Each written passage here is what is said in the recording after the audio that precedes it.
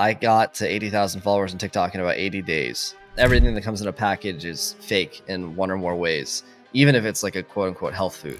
If you want to get into that, we can talk about all the ways that the health food is like a scam. It's kind of like, like fatalism, where, people are like, oh, I'm sick. Like they just give up and they're like, oh, they accept the circumstance of their life. They're like, I'm a person who is bloated, or I'm just fat, or I get sick all the time. Like that's who I am. Like figuring out how to change that, like gives you the mindset that your life circumstances are subject to change in other ways too. Stephen, welcome to the show. Thank you so much for joining me. Great to be here. Thanks, Colin. And when I was getting into the research about who the ReallyTanMan is online, who Stephen is, it took me a wee while to find your actual name was Stephen as well, because your branding is so strong these days. yeah, it's the character, the ReallyTanMan, the masa, like that stuff is the important stuff. Like the personal stuff, I don't know, it tends to be less of a compelling brand, I think, at least at this stage, for like the way the social media is working out for us.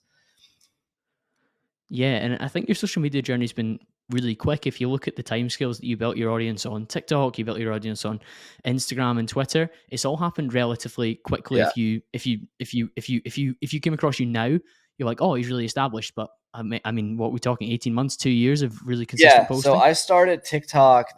TikTok is how I got started. I was working as a software engineer at the time, and this was during the height of work from home during COVID. And so big tech software jobs at that time meant you work basically like 5 to 10 hours a week. I was probably a little lower than average, I will say, but I don't know what it is today after all the layoffs and stuff. But yeah, I was basically working 5 hours a week, and I had a lot of spare time. And so I decided to start making TikToks about all the health stuff that I had learned over the years. And I got to 80,000 followers on TikTok in about 80 days from doing TikToks like every single day. And then making TikToks seemed to be a bit too time consuming for me. Video editing and all that whole production process is not like what I really enjoy spending my time doing. And so I switched to Instagram and then Twitter. And so I started my Instagram around the same time, but I started Twitter in the beginning of 2022. So it's been about a year and a half since I've been on Twitter. And I think it's been a long time since I posted anything on TikTok. But yeah, basically the social media stuff sort of transitioned, especially after I figured out Masa and Ancient Crunch and started spending more time on that. And so I spent a lot less time doing ReallyTanMan stuff, and much more of my time is spent on the actual business. As the entrepreneur rather than necessarily the educator? Yes, for sure. It's a good way to put it. Yeah, I think yeah, it's an interesting differential, isn't it? Because I think sometimes for you to gain the authority to go and create a business in the space that you have created it in, it helps that you have the authority of knowledge and the education that you've been sharing around health for such a long period of time before. Yeah, not only is it the authority, but also just like the audience itself. So when I launched Masa, the product, which if people aren't familiar, it's tallow fried organic corn tortilla chips. So no seed oils is the primary pitch relevant to like modern trends. But it's not just about the seed oils. It's basically just like real food is pretty much it. Everything that comes in a package is fake in one or more ways, even if it's like a quote unquote health food. And if you really want, you want to get into that, we can talk about all the ways that the health food is like a scam. But really what it is, it's just actual food put in a package. So like people have this idea that packaged food is bad for them. Well, it doesn't have to be, And so we're showing what it's like to have packaged food that's not bad for you. And that the authority was helpful, but also like when going to launch that, I already had, I don't know, 15, maybe 10,000 Instagram followers, like 15,000 Twitter followers. And also because I had that audience, there were other micro influencers in the space that I just become acquaintances with. And so they were our early affiliates. And so it was easier like the go-to-market strategy was like kind of cut out for us already because of the social media experience. I do think the authority plays a role in it as well. But I would argue that the thing that was the most explicitly useful was my own audience and my access to other people's audiences who I was like acquaintances with. Yeah, a term that I've been learning a lot about recently from some recent guests has been distribution.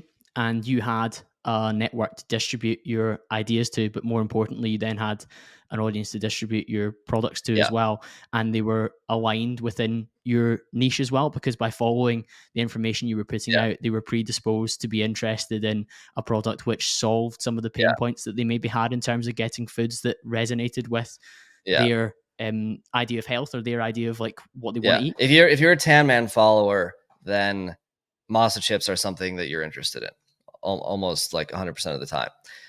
So that was helpful. And I think I would like to have more time and content, more time to spend on producing content or more people to help me make the content. But there's just so much going on at the stage that we're in right now that it's like not the highest priority. But I would say probably in about 6 months to a year, I'll be focusing a lot more on the ReallyTanMan like content platform itself, and grow that adjacent to Masa, because that helps significantly. But it only does so much. It's one of those things where like it has a high payoff over the long term, but it takes a long time to get there. And so, based on the constraints on time and budget at the present moment, it's not necessarily the best use of time. The priority principle is essential, and sometimes it's hard to pull yourself away from maybe the stuff that makes you feel good. But obviously, if you're creating a business that you care about, that feels good too. But I want to go back before the ReallyTanMan and understand when you first started to show an interest in the food going in your mouth and how it Yeah. dictates your health off the back Yeah. of it. So that was about 10 years ago at this point. That was in 24, almost 10 years ago, 2014. After my freshman year of college, I actually did a sort of study abroad thing in Europe. I was in Belgium at some like research neuroscience lab, and I had to cook for myself for the first time ever, because in the US, prior to college, my mom cooked everything I ever ate, and then at college we have dining halls, and at least in Belgium, I think the UK college system might be a bit different, but at least in continental Europe, like universities don't have dining halls. Like you're out there fending for yourself, and so by being forced to cook for myself for the first time, it was sort of this like vertically integrated process. Previously I was just the consumer of food that I ate, but like at that time I had to become the producer of food that I ate and the consumer of it. So like having the vertical integration meant that I could like see how food that I purchased and cooked and then ate affected how I felt. And so I was just poking around on the internet, discovered that like diets existed. I think the paleo diet was popular at the time. And, I had no idea about any of this. And I was like, I should, check this out. Healthy food. That sounds reasonable. And then I did it. And then within 2 weeks, like a lot of health problems that I'd had prior sort of went away. And that was like the light bulb moment where I was like, oh, wow, we really are what we eat. And if I want to like have a, better life, then it starts with like your literal physical constitution, which comes from the food that you eat. And that sort of set me down the multi-year long rabbit hole of interest that ultimately led to where we are today. But yeah, so I went back to school and was doing all the cooking, following all the trends, brewing kombucha, making sourdough bread in my dorm, in my dorm room kitchen, et cetera, et cetera. And so that was like the passion that never really left me. And it also taught me the whole like, it's kind of like, like fatalism, where, people are like, oh, I'm sick. Like they just give up and they're like, oh, they accept the circumstance of their life. And they're like, oh, like a nihilistic outlook. And they're like, I'm a person who is bloated, or I'm just fat, or I get sick all the time. Like that's who I am. Like figuring out how to change that, like gives you the mindset that your life circumstances are subject to change in other ways too, not just about health. And that idea is like, it's same thing with money. It's like, oh, I'm just poor, or I just have a job, or I'm just a wage slave, as people like to say. But like you have control over all these things. It might not be easy to do, but with like, the right effort applied in the correct direction over time, like you can change pretty much anything. So I think that's where the entrepreneurial thing and the food thing are sort of like go hand in hand in this way. there's a huge amount of empowerment to understanding that your daily actions add up to where you end up. Like your habits a year ago have a lag effect on where you are now, and you can kind of predict that based off that. And I think food is a huge indicator of that. If you look at modern society, where we are more overweight, more obese, if you look at the UK, if you look at the US, like we have a significant trend of people becoming heavier and less healthy over time, and a number of different diseases that are of course heavily linked to obesity as Yeah, well? it's kind of like a responsibility thing. It like teaches you that you're responsible for the outcomes in your life. And people like to point to some other third party that's responsible for their problems. And a lot of the times this is like everyone's political ideology basically is formed by who they're blaming their problems on, right? If you blame it on the government, you blame it on companies or corporations, you blame it on, people, whatever. Everyone's trying to blame their problems on someone else. But I think the important lesson is even if other people or other like third parties do have something to do with your problems, it doesn't really help you to blame them because that doesn't allow you to change anything. Even if like you can level blame at some other entity, acting as if you are entirely to blame for all of your circumstances is the only way to ever really change them. One of the most popular creators at the moment is Jocko Willink, and he's massive on personal responsibility, isn't he? And just that complete and utter ownership of the situation that you're in. I've heard of him. I'm not too familiar with him, but that sounds about right. Yeah, like it's kind of like the same thing with health too. People are like, oh, but I have a slow metabolism. Like it's like an excuse for being fat, or oh, I have this disease, or I have I don't know, my hormones are different. Well, it's like even if that's true, that doesn't help you because you're still gonna be fat. All it does, it's like it's a little like mental medication. Like it's a mental painkiller because as long as you can blame someone else, you'll feel at least in the moment, you'll feel good about it because, you're not at fault. But it's a very useless way of thinking because, again, it still results in you being fat. So even if you do have some metabolic condition, or even if you do have whatever, diabetes or whatever people are blaming their excuses on, even if you do have it, pretending as if you don't have that and everything is in your control is the only way that you're ever going to change your situation. Of course, yeah. If you just accept your fate, then that's what's going to Mm. transpire. So paleo was one of the first things that you looked at. You noticed that you saw some immediate health benefits. Yeah. You were the guy that was baking his own Yes. sourdough dough bread as well, which is cool, kombucha as well.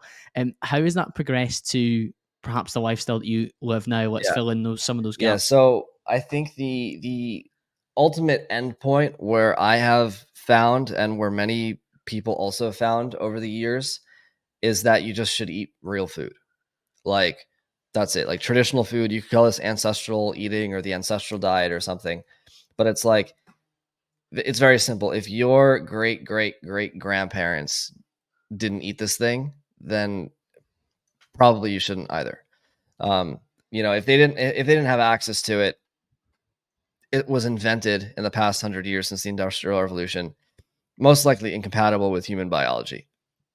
And this carries over also into like sort of traditional eating. For example, like some people, yeah, like if you lived in the Philippines or Hawaii, like 200 years ago, you had access to coconut oil, for example.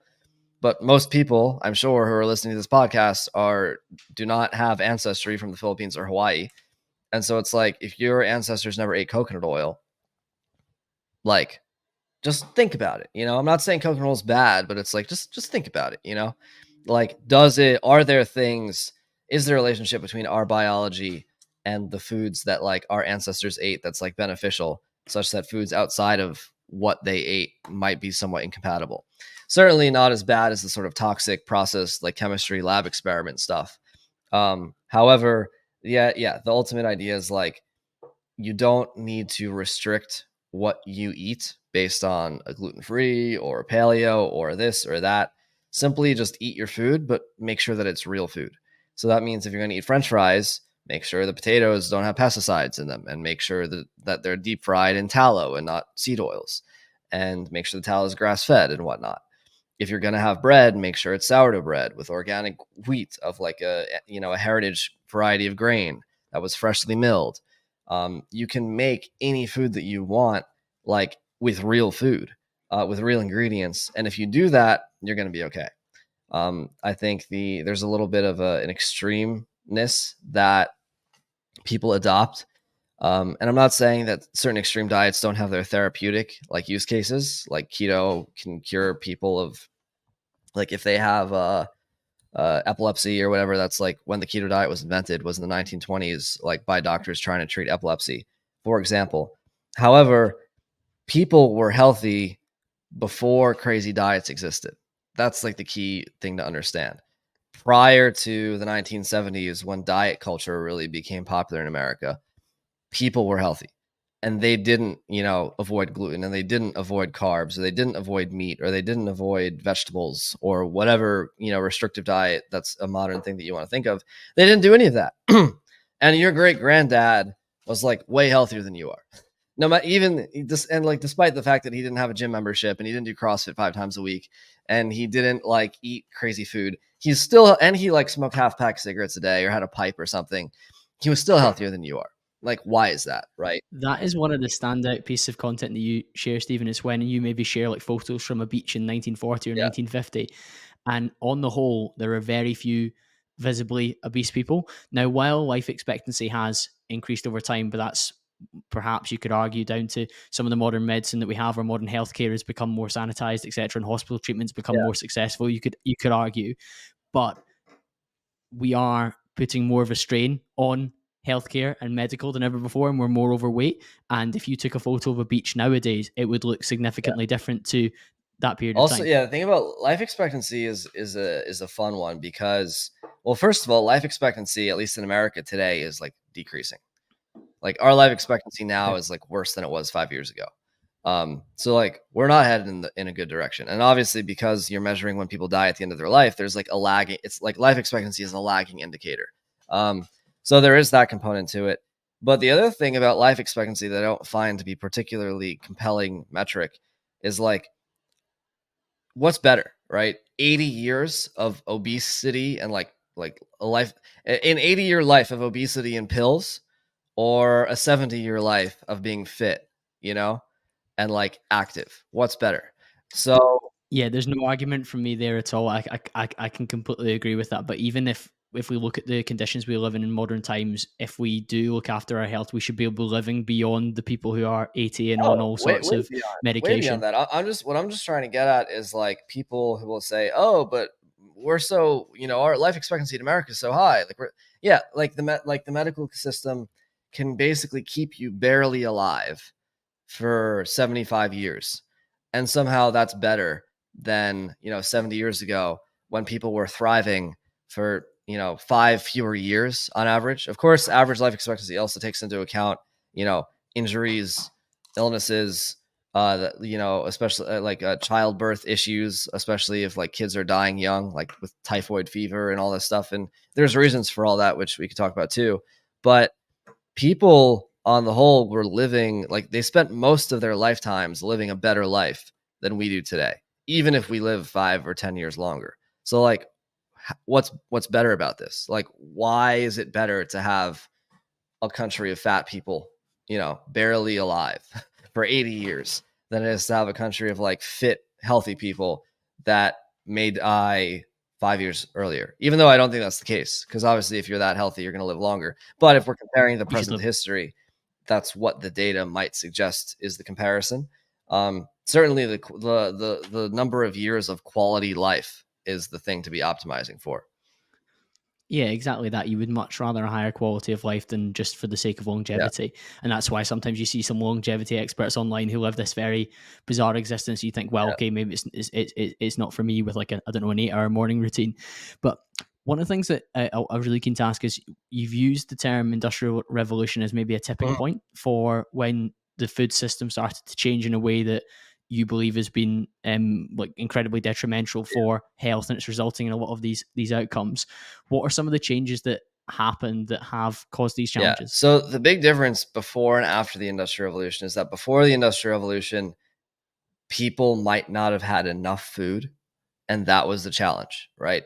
For most of human history, most people had a shortage of food. If they had any problems with food at all, it was that they had a shortage of food. They were hungry. And then after the Industrial Revolution, food became plentiful. No one goes hungry. No one is, suffering for lack of calories. However, we are suffering from lack of nutrients. So, 300 years, people had not enough food, but plenty of nutrients. And nowadays, people have plenty of food, but not enough nutrients. So it's like the problems kind of switched there. And the reason for this is that the Industrial Revolution was very good at like automating things, and it enabled like increased efficiency and productivity, all of which are like could be good things. But the processes that were put in place, they sacrifice quality in order to get the quantity. So now, nowadays or going in the future, the vision of the future is that we have the technology that can enable better quantities of food or whatever it is. And we can also make it at a higher quality too. This is the cool thing. Like if you were like hanging out in where I live near New York, maybe 200 years ago before the Industrial Revolution, you were very limited in the amount, like the types of foods you could eat. There was no olive oil. There was no caviar. There were no fish eggs. There was no like fresh seafood. Maybe you had your organ meats, certainly. But the range, there's no fresh fruits. There's no frozen like organic raspberries. You were very limited in the amounts of quality food that you could obtain. Like if you eat right today, your diet is better than like basically anyone in all of human history, just due to the nature of our supply chains and like what you can physically access. The problem is that like most people don't have that kind of diet. And, there may be issues about whether or not the food system as currently structured could support it. I'm certain it could be changed to accommodate it, but it could certainly support it. So yeah, it's this classic quality versus quantity trade-off, specifically things that happened in the Industrial Revolution, like preservatives, basically chemical preservatives were invented. Although there had been preservatives in years prior. For example, salt is an excellent preservative of meats and various vegetables. Fermentation is a good way of preserving things, but the chemical preservatives made stuff easier. Another thing is, and cheaper as well, which is one of the drivers for this. Cheaper. So like a lot of the innovations of the Industrial Revolution weren't strictly necessary, if that makes sense. They just made certain things easier. For example, like there was no refrigeration before the Industrial Revolution. So what did you do? If you had too much milk, you turned it into cheese. But cheese making takes a while, it's expensive and whatever. So it's a lot easier to be able to just pasteurize and refrigerate something so milk can last on the shelf for, a month. If you get ultra high temp pasteurized milk at the like conventional grocery store, like the expiration date will be like a month or 2 months out, right? It's easier and cheaper than having to go get fresh raw milk from your neighbor's cow down the street, But it's not as if pre-industrial life didn't have answers to these problems. They did. They just like those answers were a bit more difficult and more costly, and so that's where we end up here. Another thing, and a bit more seasonal as well, Stephen, too. So you were mentioning organic frozen raspberries, I think it was. You said so they'd be coming from a state or a country that was producing those at a time of year when the area outside New York wasn't or never. Yeah, so where I live, raspberries are actually like somewhat. I'm not necessarily. I don't know enough to say they're native, but they are produced locally. Growing up, I had raspberry bushes in my backyard in like the woods. And in like August and September, guess what? Raspberry season. And you go out and you eat your raspberries. And then 2 weeks later, guess what? No more raspberries. So if you wanted to have raspberries outside of that like 3-week period or something, you'd have to turn them into jam or jelly, or that's it. Like there's nothing else. There's no, freezing as a method of preservation, for example. But turning stuff into jam or jelly is hard. It's a lot harder than freezing. Another thing is like the pesticides and fertilizers, like the way farming works, like the plows and stuff. So because harvesting used to be done largely by hand, it limited the like amount of land you could physically harvest. And so like the plots were smaller and farms were more integrated. For example, a farm in New England 200 or 300 years ago, they might have had cows and pigs and chickens, and they would have grown wheat and garlic and probably potatoes as well. They might have grown corn. They would have had apple trees, and that was on one farm. And so every single farm would have a similar diversity of like produce available. And each farm was relatively small. But what's happened, thanks to inventions like the plow and other pieces of equipment that make harvesting and planting, more easy and efficient, is that you end up with these expansive cornfields and these expansive soy fields that like having other things in the field would make it harder. You see those long rows of crops. Like the reason crops are done that way is so that plows and tractors can like better plant and harvest and maintain them. It's an Yeah, efficiency measure, as it's you say. not Yeah. because that's the ideal method of farming. It's because that is the thing that's most compatible with our machinery. And so, like a well integrated, organic, some might call it a biodynamic or regenerative farm 200 years ago would have had the farmers would have had a lot more tools available to them to deal with like pesticide or to deal with pests or to deal with like droughts or whatever else. Just an obvious example, if you want to have a vegetable garden and you don't want to use pesticides, well, how do you keep the bugs out, right? So you can use natural pesticides, like for example, tobacco juice. Like if you brew like a tea basically with tobacco in it, and spray that on stuff, that'll kill bugs without necessarily being harmful to humans. And maybe that works. But another obvious thing is that chickens and ducks in your vegetable garden will eat the bugs. That's what they're designed to do. Chickens birds in general eat insects, and they're very good at it. And so if you have your chickens and your ducks running around your vegetable garden, instead of having aphids go and kill all your strawberries, well, the ducks would get to the aphids first. However, nowadays that's illegal because the FDA exists or the USDA exists and says that you can't have your poultry in the same place as your vegetables, because if the poultry poop, like it could like a molecule of poultry poop could get on a strawberry. Like, is that going to kill you? Most likely not. That's how nature works. Fertilizer is animal poop, more or less. But the problem is that's the USDA rules. And so because now farmers don't have access to like the pretty awesome power of like, it's free, it's a duck. And like, not only do they kill the pests on your strawberry patch, then like they give you eggs, like in particular, very high quality eggs, because they're eating like bugs and stuff.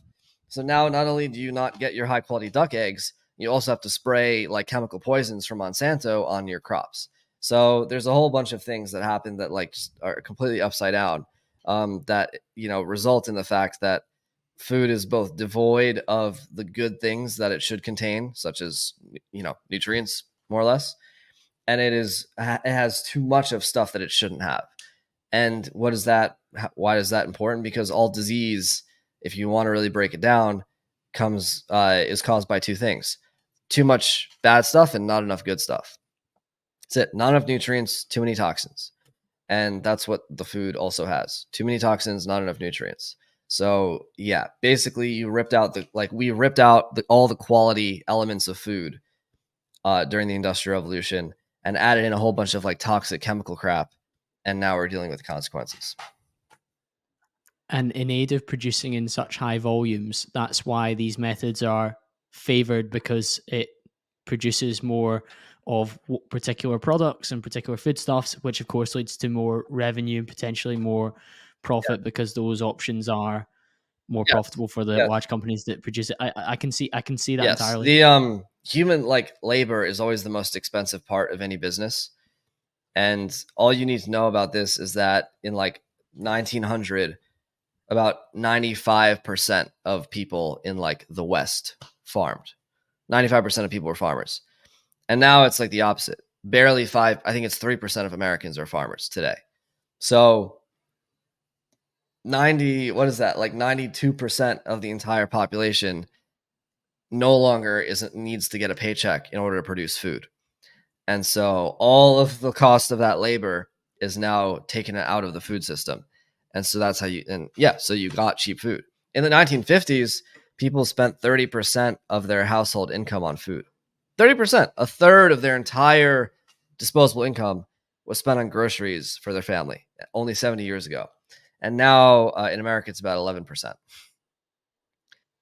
I find that's remarkable, because as you say, the quality of what people are eating has fallen much lower as well. And we've not specifically named any particular food yet, but you're talking about processed foods in general, aren't you, in terms of like hyper palatable, high calorie dense things that have been produced in a way that is out of alignment with ancestral foods or foods that we had access to. So for that to be cheaper, of course, but there that comes at a price in terms of health potentially, and kind of adding fuel to the fire of our sedentary lifestyle where we aren't farming or aren't active in our day jobs. Yeah, nothing. You don't get anything for free. You never get anything for free. And so the idea that we can have cheap food while also maintaining quality is just like insane.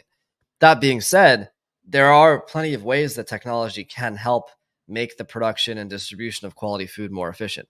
For example, refrigeration and freezing is an excellent tool because, like I said, you can freeze berries and eat them all year round. You can refrigerate milk. A big issue, like one of the reasons why raw milk stopped becoming a thing, or one of the reasons why raw milk was banned and pasteurization became a thing, is because it happened before the invention of refrigeration. And so you had these warehouses in city outskirts, like in Brooklyn, where they would keep all the cows and feed them literal garbage and whatever else they get their hands on inside of dingy warehouses in the middle of a city. And those cows would produce milk, and that milk was toxic and it killed a bunch of people. And so they said, hey, we should pasteurize this. If, on the other hand, refrigeration had been invented first, what would have happened is that we would have just kept the cows out in the countryside where they belong. They would have produced very high quality milk, raw milk, wouldn't have needed pasteurization. And then they would have just gone on refrigerated, trucks or trains into the cities where it would be available for sale by the people who lived in cities. So like the very fact that we have refrigeration invalidates the need for pasteurizing of dairy products. But that's not the way that history played out. And so now, even though we have refrigeration, we also have pasteurization too. So like that's one very good example of how technology can help food, production without decreasing quality. Another example is just my business itself. Like masa chips could be made in front of a campfire if I really wanted to, with no electricity. Like, a giant cast iron cauldron. I could go kill a cow, render its fat, make the tallow, get some corn. We can literally do that. And that's kind of how you know that it's not a processed food. Like if your food item could be made end to end without electricity or supply chains that are enabled by electricity, then you know that you have a real food.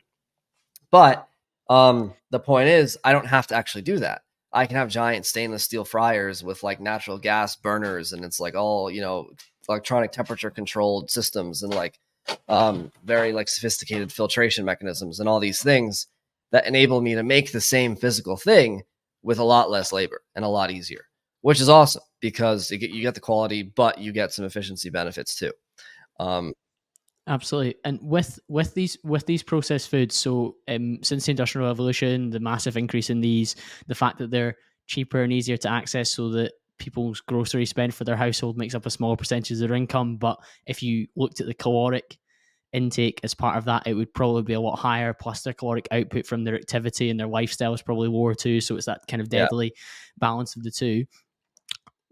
What is it about these processed foods that is likely to be making people more obese and more unhealthy? Yes, good question. So there are a few things that like contribute to obesity. Obviously, one of them is just the quantity of calories consumed, certainly. And the other thing is the quantity of calories burned. Everyone knows it's like calories in, calories out thing. That's like sort of right. But the problem with calories in, calories out is that the reality is way more complicated than people make it out to be. Namely, because the amount of calories that you burn is highly, highly variable on like a billion different factors. Hormones, the food that you eat itself, your physical activity, where you live, what your DNA says, all of these things, like the time of the year, the time of the day, all of these things affect how many calories you burn. And so this is called metabolism, right? And one of the best ways to measure your metabolic functioning is by your body temperature, your basal body temperature, right? This is like without you doing anything, without you walking up the stairs or running on a treadmill, without you doing anything, how many calories does your body burn? And that can be measured by how much heat your body produces. Something that I learned very recently is that our average body temperature is about 1.5 degrees lower than it used to be. So everyone knows this idea, like 98.6 degrees. I don't know what it is in Celsius, but like your body temperature is supposed to be 98.6 degrees. Well, that was when people figured out what body temperature was supposed to be 100 years ago. Nowadays, average body temperatures are like 97.5 degrees or something. And that sounds like a minimal difference. It's only like a little over a degree. But hypothermia is considered a body temperature below 95 degrees. So like we're about 30% closer to just walking around with hypothermia on average than we were 100 years ago. So that's a huge drop in metabolism. Like if you think about your like the body temperature itself is like the result of the furnace of your body burning food and producing heat. Like that's significantly lower energy consumption. And that's a problem because if we eat the same amount of calories and we burn fewer calories, then we store more calories as fat. And it's further a problem, not just for obesity, but like your brain, the complexity of the human brain is enabled by our ability to burn a lot of calories. Like we evolved such a complex brain because we had access to an abundance of like nutrition and calories that other animals might not have had. And by having slower metabolisms across the board, like one can only imagine the implications for like everyone's IQ and just like how they can think, you know. And also, so the brain is the biggest consumer of calories in your body. It's the single most energy intensive organ. And so if that, production of your brain's output is reduced 30% or whatever, like, dude, we're just walking around like dumb. Like that sucks. Yeah, functioning at a lower level, the link between the gut and the brain absolutely fascinates me. And I hosted a Scottish gut health, modern medicine entrepreneur called Dr. James McElroy, and he was talking about the link between the gut and the brain and how there's been studies where the healthy gut microbiome of a mouse has been put into the gut microbiome of an unhealthy mouse, and that mouse has used calories more effectively when it's had its gut microbiome basically put to a correct level. And that will undoubtedly, not all studies from mice extrapolate out to humans, of course. We've got lots of different challenges with that, but that undoubtedly gives an indication that many people in the modern world's gut microbiome is compromised.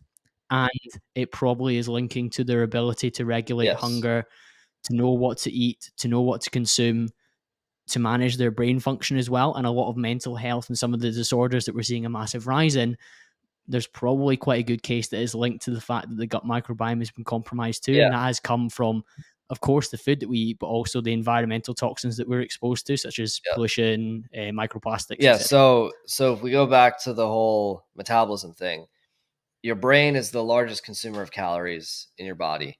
Like your digestion is more or less the second largest consumer of calories. It's actually strange. People think, oh, if you ask a normal person, hey, you need to go burn like 20 calories. What are you going to go do? They'll be like, oh, let me go run on a treadmill. Like physical movement is a surprisingly poor way to burn calories, actually. The best way to burn calories is to use your brain more because your brain is like that organ consumes way more than your biceps, like doing a bench press, which makes sense. If you think about other animals, every animal can do a freaking bicep curl. Every animal can go lift something. Very few animals can go paint the Sistine Chapel, or actually zero animals. Very few humans can paint the Sistine Chapel, but you get my point. No other animals can do math or like do philosophy or read a book or something. So it makes sense to think that like all that complexity, like there's a relationship between energy and that and the achieving that complexity. So the brain burns the largest amount of calories. The second largest calorie consuming organ is your digestion itself. And so if your digestion is messed up, then like that throws this whole thing out of whack too. And so a lot of people who are constipated or whatever, what do they have? They have sluggish digestion.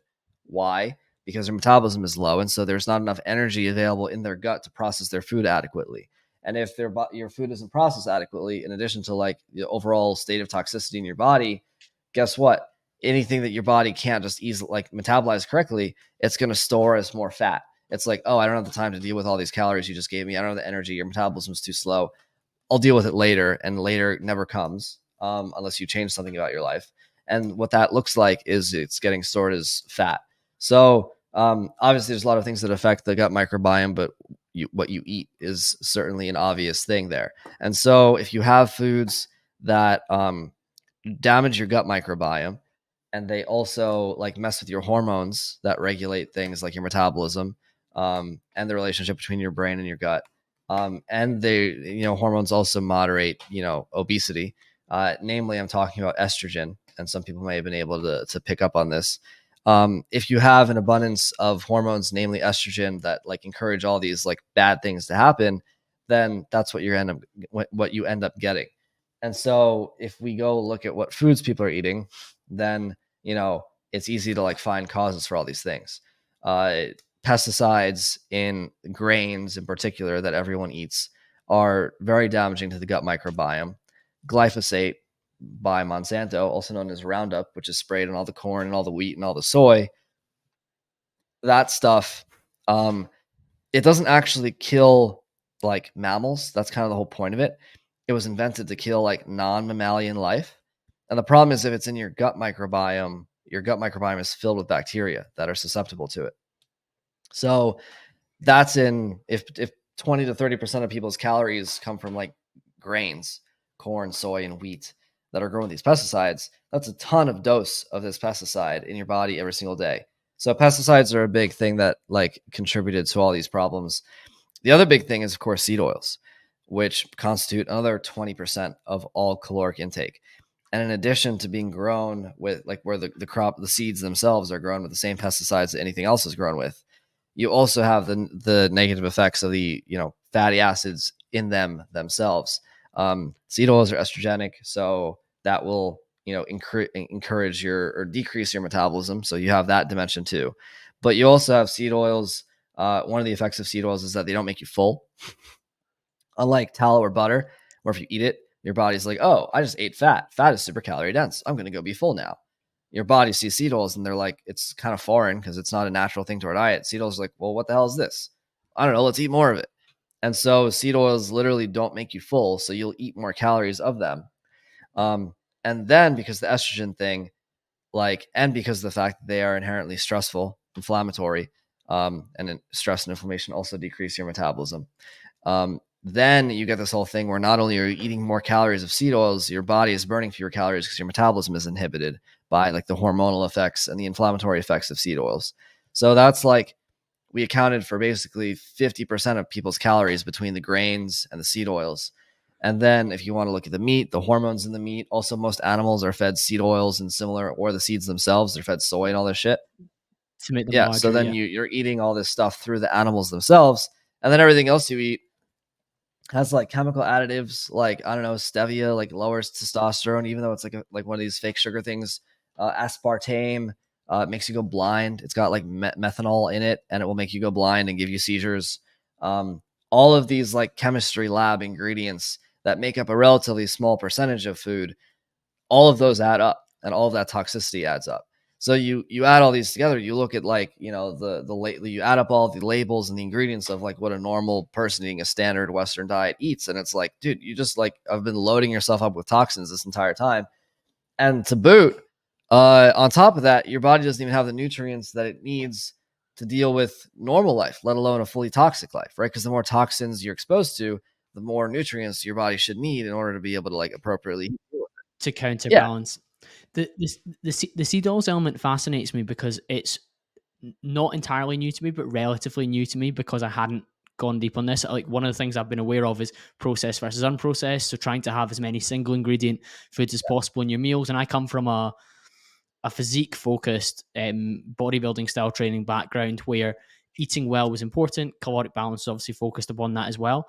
And of course, there were some health foods within that we may well discuss that potentially can mess with your gut in a way that I definitely and many of my friends have become aware of as well in more recent times with some of the kind of fake sugars and stuff that are within those that your body can't really tolerate. But the seed oils element, when I started to go deep on this a lot through your content as well, it's how prevalent it is within the system that is surprising, because if your body isn't fantastic at utilizing it, it surprises me, or it should surprise somebody who is health conscious, how prevalent it is within the system in terms of the amount it's used to process the day-to-day foods that we have. Yeah, seed oils are the most shocking food that people eat for a number of reasons, not least of which is what you mentioned, which is that like in an ingredient label on any food or whatever, the standard diet, what people eat in a week or whatever, seed oils are the single largest like quantity of food that's fake, like by an order of magnitude,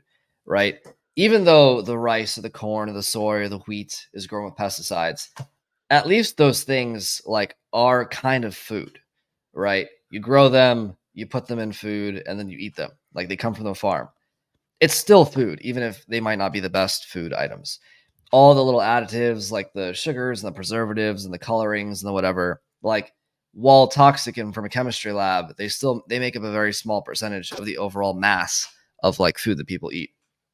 But seed oils are literally 20% of people's calories. Like 1/5 of all the food that you eat is seed oils. It's like the single largest category of fake food that people are eating.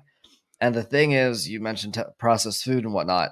Processed food is almost synonymous with seed oils. Processed food didn't really exist until seed oils existed or until seed oils were invented.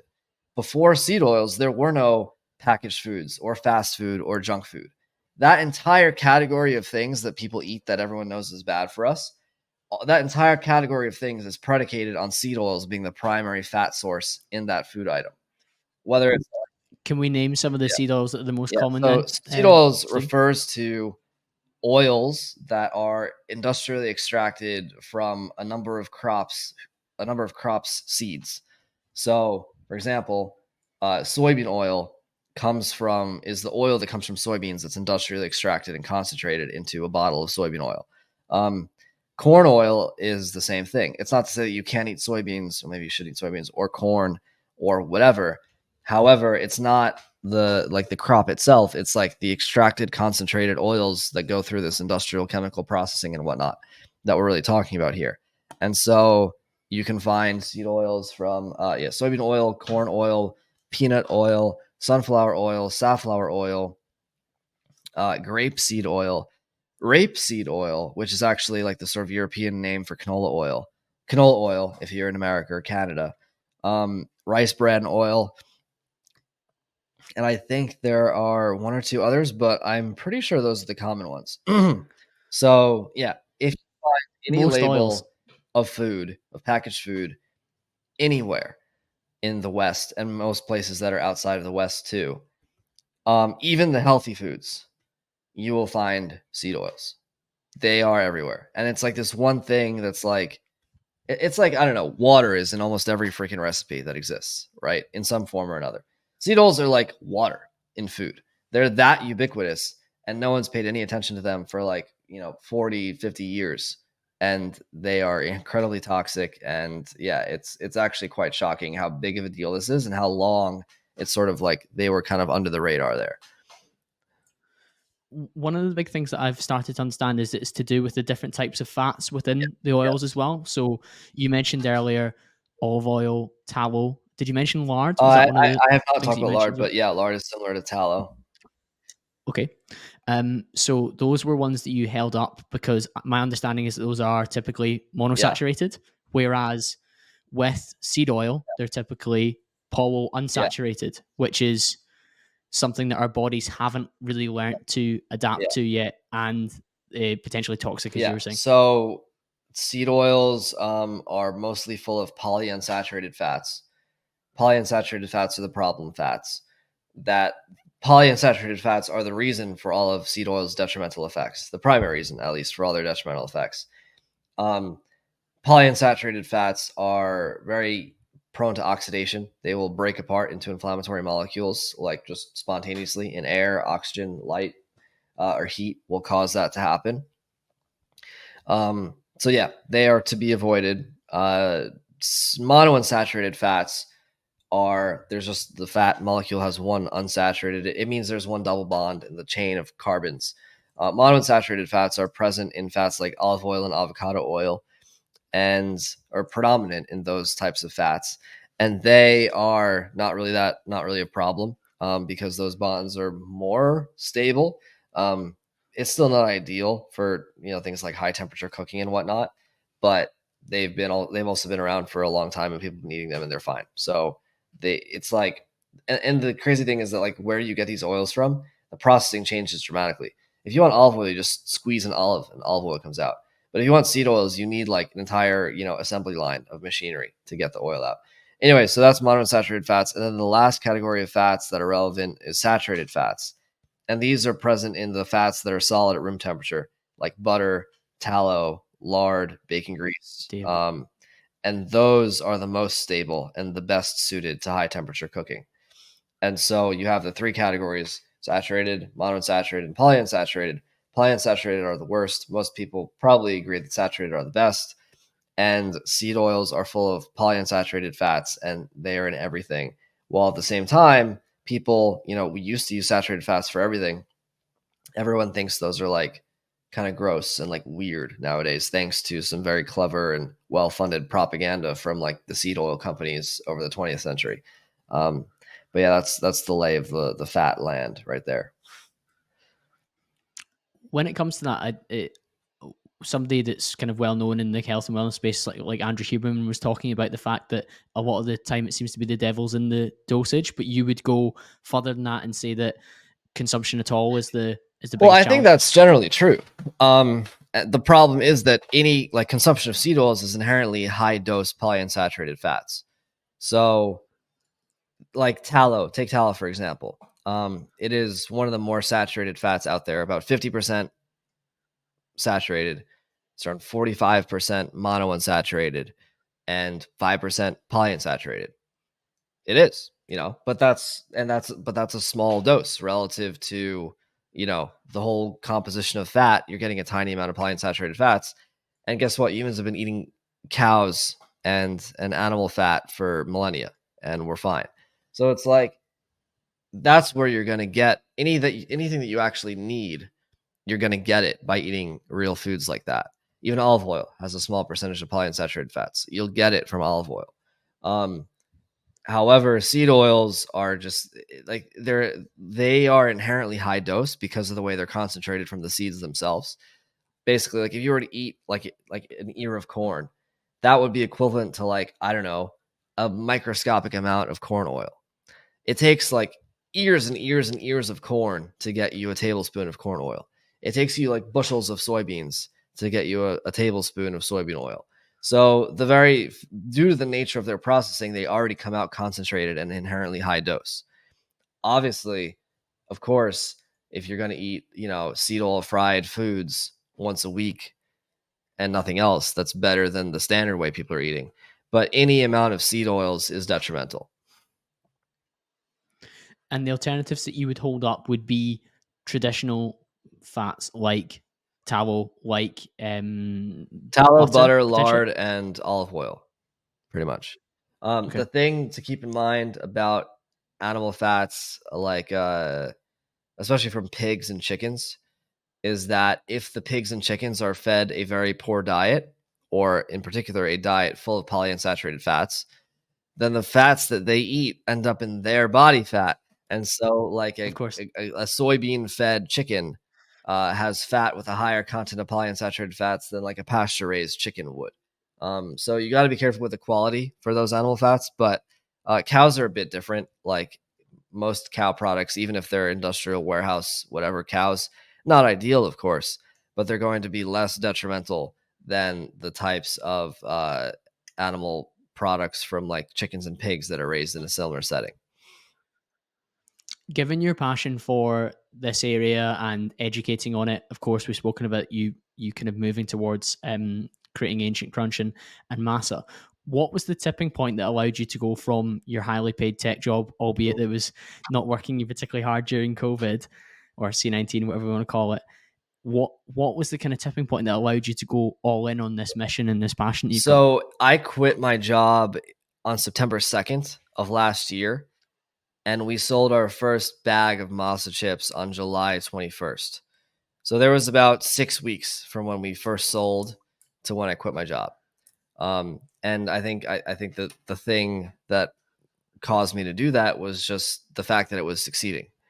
So we sold chips. We made a batch, in our basically our test kitchen. It sold out in like a few hours, and then we kept doing that for a few more weeks. And then before you knew it, I was like, during the weekdays, I was out of the kitchen with my like work phone, like pretending to answer messages from my boss if I got anything, like while my team was like cooking chips in the fryer, and I was like making sure that all the packaging was happening correctly.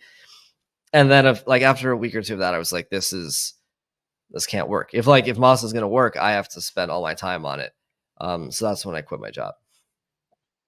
You want to go all in. That makes total sense. And I think given the passion you've got for the the movement, but also you kind of bringing a solution to the market, it would be detrimental to spread any of that energy Yeah, elsewhere. exactly. Like the opportunity cost is just way too high, right? Like every week of being employed as a software engineer, I would make what would that be? Let me do some quick math here, just for the sake of argument. Yeah, I would make like $5,000 a week, basically, being a software engineer. And so it's like, oh, that's a lot of money. But the opportunity cost is way more than $5,000, right? Because like when Masa is successful and like operating at full scale, my weeks are going to be way more valuable than 5K, even in like net present value terms or whatever you want to call it. So yeah, that was very clear to me. That was the path out, because I don't want to be a software engineer for big tech or whatever. That was never really my intention. And so this was the most compelling alternative that I had ever stumbled into. And so it ended up being a pretty like easy decision for me. What are the biggest challenges you face within Masa? I think our biggest issue right now is production, right? How to make more chips, because we make all of our chips ourselves up to date by hand. And, getting away from the by hand thing is definitely a big goal, because, this is what goes back to what I was saying before about technology. Like, we can use technology to make more chips without changing anything about the ingredients of the recipe or adding any chemicals or whatnot. The thing is, in order to automate stuff, you need to spend money on machinery, and machinery is expensive. And so how do you manage the money around all that is like a challenge. And then, of course, even if you identify the machinery and then decide to purchase it, like most industrial equipment is on like a 6-month lead time nowadays. So like and we're actually about to do this, I'm about to go get like a big new frying line. We're getting, quotes around or whatever. And if I were to place the order this week, I wouldn't have it installed and running until April. And it's October for posterity. It's the first day, it's the second day of October. So that is, making enough chips is hard. And the reason why it's uniquely hard for us is because most food brands that exist out there, they don't manufacture their own products. No one really knows this somehow. No one knows this, but the very small minority of food brands that like you might consume on a daily basis are manufactured in-house by the people who are also doing the selling. And the proportion of people who are self-manufacturing is a bit higher among obviously the healthy quality like food space, but it's still very tiny. And there are many reasons for that. And that's generally like the advisable way to start a business. But for us, that was never even an option, because none of the food manufacturers that do, like, this is called contract manufacturing or co-manufacturing. They're basically giant factories that make everyone's products and slap whoever their client's label on it. The people who do contract manufacturing are unable to make masa at the quality spec that we need. They don't want to deal with my tallow. They don't want to like make sure everything's clean in the right ways and have all the organic corn and whatever else, the filtered water and everything else that we need. So the only real way for us to do it is to make it ourselves. And growing manufacturing while trying to also grow revenue, that's marketing, is a very difficult thing that not many businesses, especially in food, really ever do, at least in the modern day. Again, and based on the food system, it's not as if there's maybe a really easy blueprint for you to follow either. No, we are the only people like frying carbs and animal fat at scale. Like I'm not going to say on Earth, because I've never been to every country, but like certainly in the U.S. And obviously our scale is small still, but it will get a lot bigger, and then we will truly be the only ones doing it at like large scale. There's no one else doing this, and it's just like we talk to like every single co-manufacturer. That's what they're called, co-manufacturer. We talk to every single one of them in the country that could possibly make chips, and no one can do it. This like we're building something that doesn't exist, which is crazy to me too, because like we actually are not inventing anything. Nothing that I'm doing is innovative in any way. If anything, you're stripping back from the process because there's less I'm involved. doing like an antiquated manufacturing process, right? Like 80 years ago, this might be how things are made.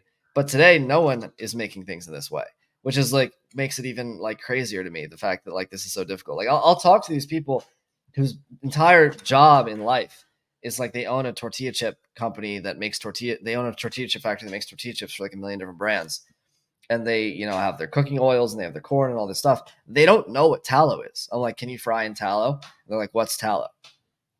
Literally, like, which it's so wild that like before 80 years ago, that's all there was to fry in, tallow and lard.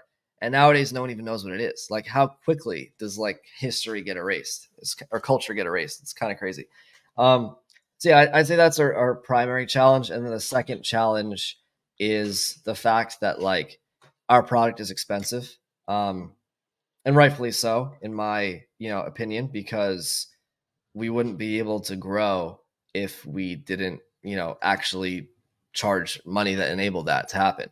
So yeah, we can make it cheaper and then we would be small forever. And then, I wouldn't be able to create the world and where everyone has access to like foods that aren't poison. But because they're expensive, people like to complain about that.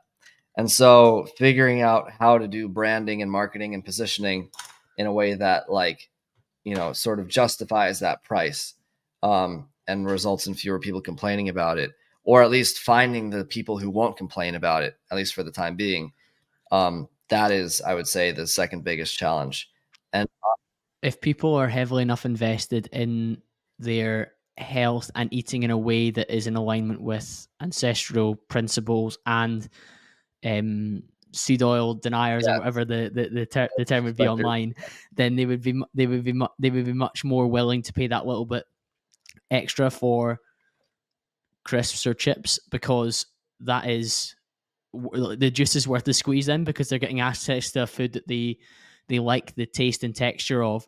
But if they were to have the more readily available, cheaper alternative, it would be against their health principles, whereas they need to pay a premium in order to get access to a product that's made in alignment with their values. Yeah, I mean, it makes sense to me. The math checks out, but like modern people, no offense to them, especially like older people, are very spoiled, right? They spend 11% of their disposable income on food, right? Their great grandparents spent 30% of their disposable income on food. These people are walking around with like a supercomputer in their pocket. They have like a digital portal into another dimension known as a TV on their wall. They have like 3 cars, right? They can fly anywhere in the country or in the world on vacation, basically whenever they want. And and they don't have to work on a farm for 8 hours a day, right? And they spend a third of the money that their great or their grandparents or their great grandparents spent on groceries, and they think food is too expensive. Like that really, like, I understand there are some people out there today who genuinely do not have money to be able to afford good food. Maybe it's like the poorest 25 to 30% of people. I understand that. And that is what it is. But these people are not those people, right? It's absolutely mind-blowing to me. And then the worst part about this is like, okay, fine, you just don't care about food. You'd rather have your like 3 cars and your boat and go do whatever the hell that you do, whatever boomers do in the US. But the worst part is that these are the same people who will complain about how terrible all the food is. Like that is I'm sorry, like that, you're just being a complete hypocrite. If you don't want to spend money on food, go right ahead. Buy the cheap food from Frito-Lay that's going to poison you, because that's what the point is, and they'll the same people who in the same breath will be like, oh, the big food companies are evil. They're trying to poison us. They're putting like crap in the food and blah, blah, blah. And it's like, you're buying it. Like no one. Yeah, it surprises me there's an overlap there. I think a lot of people are just blissfully Like ignorant when it it's comes not to like these things. Frito-Lay is at your like following you around at the grocery store at gunpoint saying like, buy Doritos or I'll shoot you, right? Not only are they choosing to do it, they're paying for the privilege. They're paying for the privilege of poisoning themselves. Like you are making that choice, and you're giving them money. And then they'll say, "Oh, big food they have so much lobbying power and they spread their propaganda," which is exactly what happened, right? Procter and Gamble, the company that invented seed oils, they donated $24 million to the American Heart Association in 1922 or whatever it was to promote polyunsaturated fats and promote seed oils and to denigrate saturated fats. And so people be like, look at things like that, or like lobbying and Monsanto and whatnot, and be like, these companies have so much money. they're like out, they're evil, they're out to get us. And it's like, you think like they're getting like money from the government? They're getting, well, some are getting subsidies, but that's not the most of it. Like Frito-Lay or Monsanto has money because you pay for it. You literally gave them your money willingly, voluntarily, and consensually, and now you're complaining that they have money.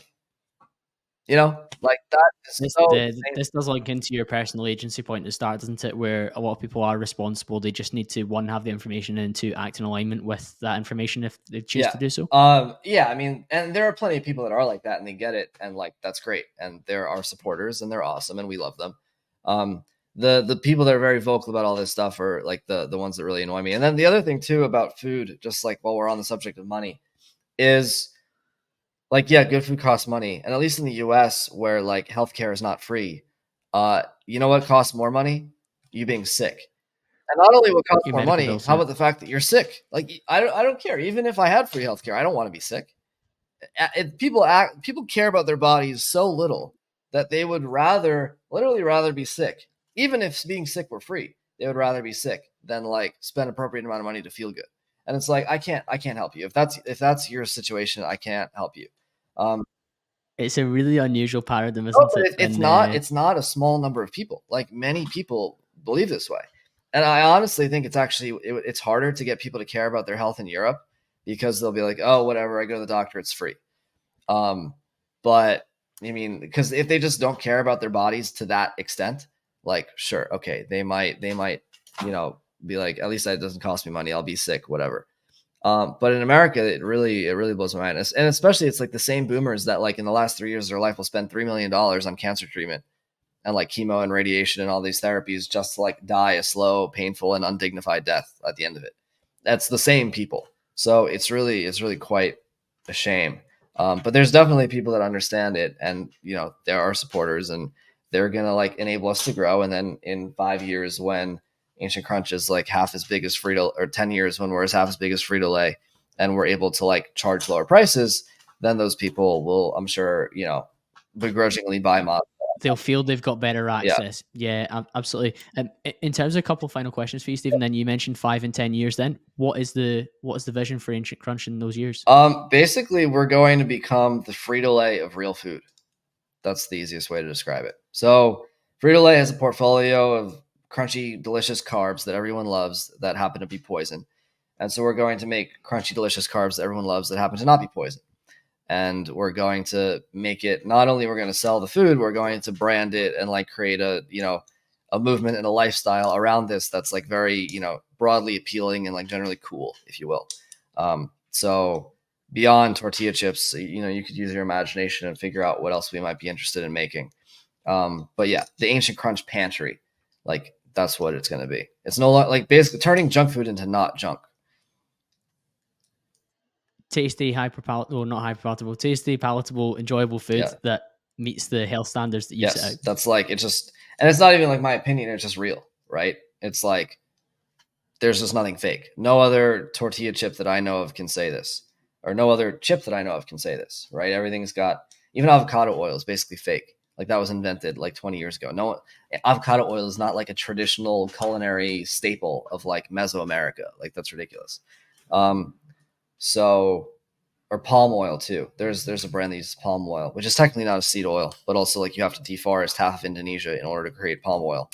But then people will say there's sustainable palm oil, and it's like, if you're like shipping giant tankers full of oil that you extract from this fruit in Indonesia across the Pacific Ocean, and then trucking it around to factories in the, like, how is that sustainable?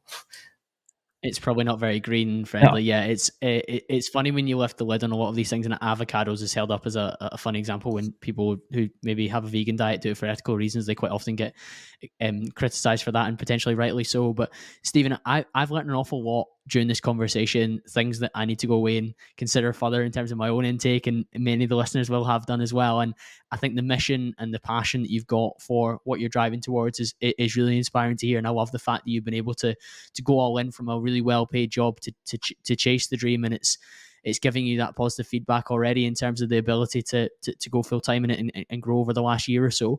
If people want to continue the conversation with you, where should they head towards? You can find me on social media at ReallyTanMan. That's most likely going to be Twitter or Instagram. And if you want to try Masa chips, you can do so at masachips.com, MASACHIPS.com. Beautiful, Stephen. Those will be linked in the show notes. Thank you to the listener. I'll be back to speak to you all again very, Awesome. very Thanks for having soon. me.